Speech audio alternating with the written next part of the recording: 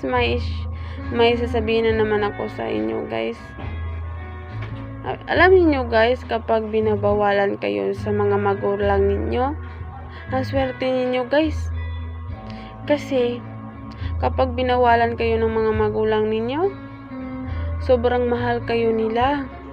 Hindi yung ilagay sa isip mo na, ay, binawalan ako na magumala, na huwag sumama sa mga barkada or tropa,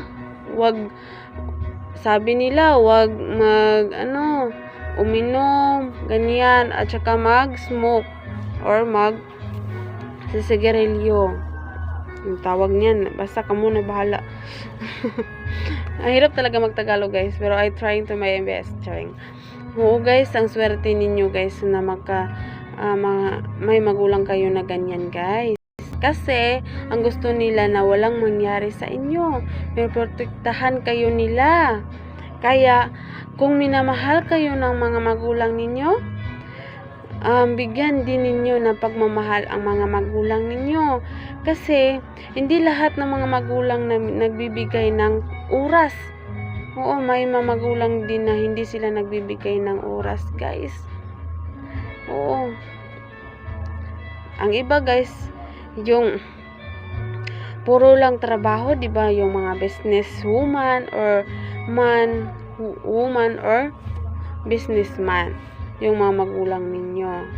So may mga trabaho. So ang feeling ng mga anak guys na wala silang time na alagaan yung silang mga anak. So ang masasabi ko sa inyo guys is, kahit wala silang time sa inyo guys, pero humahanap sila ng mga trabaho or ginagawa nilang lahat guys na para makakain kayo.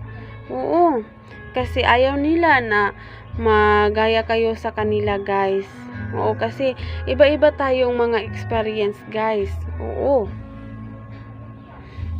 iba-iba tayong mga experience sa buhay. So kapag meron pa kayong mga magulang, so paalagahan ninyo yan, at saka mahalin ninyo at saka alagaan ninyo yung mga magulang ninyo.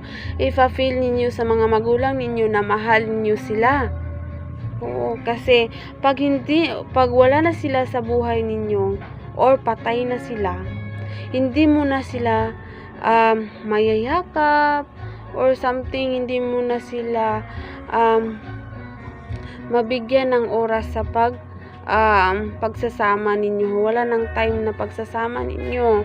Kaya kapag meron pang yung magulang ninyo, bigyan ninyo ng oras guys yung mga magulang ninyo. Iparamdam ninyo na mahalin niyo sila. Kasi yung mga magulang ko, mahal na mahal ko sila. Kahit mahirap kami. Oo, kahit mahirap kami. Kasi pinaramdam nila sa akin na mahal nila ako. Oo. Kahit na hindi ako nakatapos ng pag-aaral guys, pero sinasabihan pa rin ako ng mama ko na dapat daw makatapos ako sa pag-aaral ko para hindi ako magaya ng mga magulang ko na nahihirapan pa rin. Kaya kapag ang gusto ng mga magulang ninyo na mag-aral kayo, gawin ninyo guys.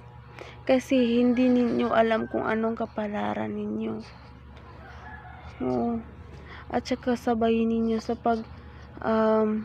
pagdadasal ng Diyos na bigyan pa kayo ng buhay na mataas. Kasi guys, education is the key. Kasi kapag 'di ba, sabi ng Diyos na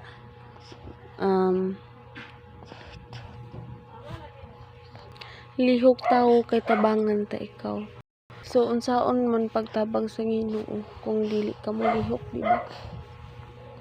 Yan lang. Mag-aral ka guys. Yan masasabi ko sa inyo. Huwag kayo munang mangangarap na meron kayong anak kung hindi pa kayo tapos, kasi mahirap talaga kapag meron na kayong anak, kagaya ko guys na meron na akong anak. Oo, pero gusto ko talaga makatapos. So, hindi pa hindi pa ako makaaral kasi meron pa akong baby. So, dapat jud guys ha nga mag eskwela sa jud mo. Ha? Aya nang kiat-kiat. Charing. Sorry. Muna ko maingon sa inyo eskwela sa. Ano siya guys? Thank you for watching. God bless you always.